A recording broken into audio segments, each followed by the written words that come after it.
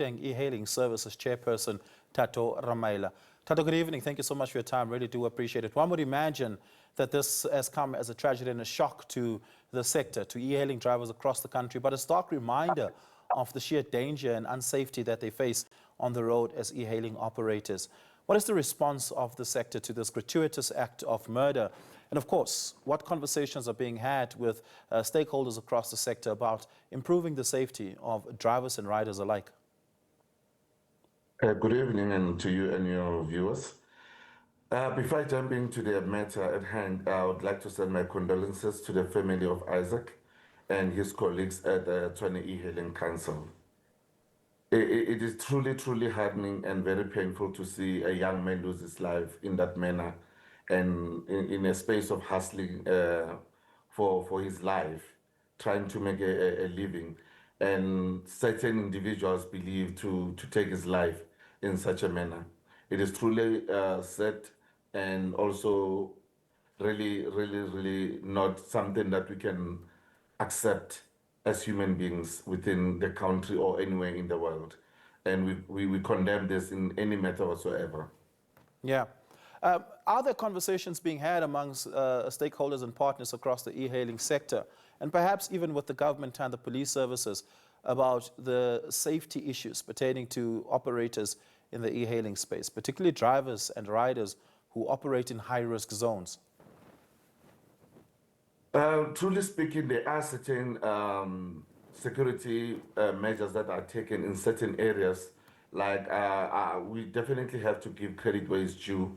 GP Police Station, I know they're doing great work to try and minimize the crime within the e-hailing space. They normally have meetings on weekly basis. I know in Soweto also, Moroka Police Station, they're truly doing great work there, also to minimize the hijackings and all that in the space. But there needs to be more conversation with the security clusters on making sure that the e-hailing has maybe a help desk whereby we look into the crimes, because this is not just one of the crimes that are happening. This is happening on a daily basis in different ways. And some is planned or organized crimes. Some are crimes that with an intent whereby to bully or to threaten other people.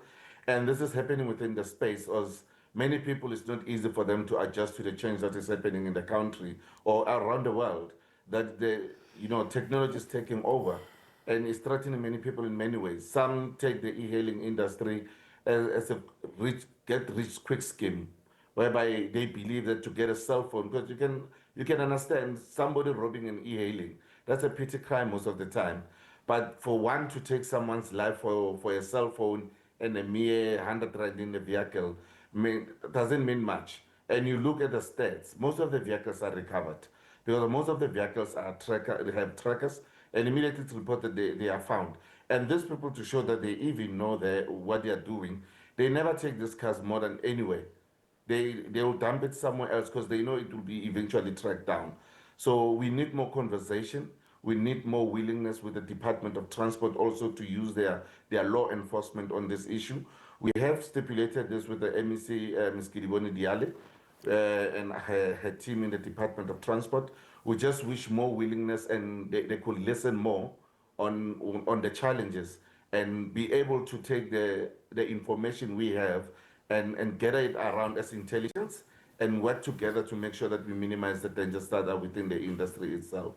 Yeah, so, I mean, you're asking there for the MEC of Transport to play a role there, particularly around the coordination of information. What does that look like practically? Unfortunately, there is a very huge gap between the Department of Transport on a provincial level and the national level. Now, whatever you speak on the provincial level, on the national level is another thing.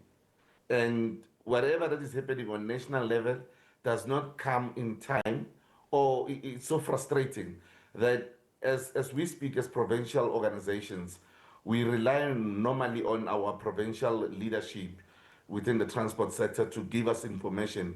But you find that most of the officials are also clueless, or they don't have information in time. Or we sometimes you can understand maybe it's bilateral on how things are happening, but it's frustrating because once you are a representative, you need to have answers as you move with your people and give them sureties on developments on what is happening. But there is a willingness there and there that is happening, but we just need to put more effort into it and treat all modes of transport equally and try and give the same treatment that we give to all structures. Must be content. It must not be something that just happens for certain individuals and all that. Like now, we understand what's happening with Isaac, that he is a foreigner and all that. But also, it will be lovely if we can give him and his team to an e-hailing council the support that we've been giving other members, in assisting, because I've seen in media whereby the family was also asking for help. Because most of the drivers don't actually literally have bureau covers or societies whatsoever. And the e-hailing companies don't even actually want to help. We have tried so many times to involve them, but they're just not interested in it. Yeah, well, we're going to have to leave it there. Thank you so much, Thato, for your time this evening. Thato Ramaila is with the Gauteng E-hailing Services. He's the chairperson there too.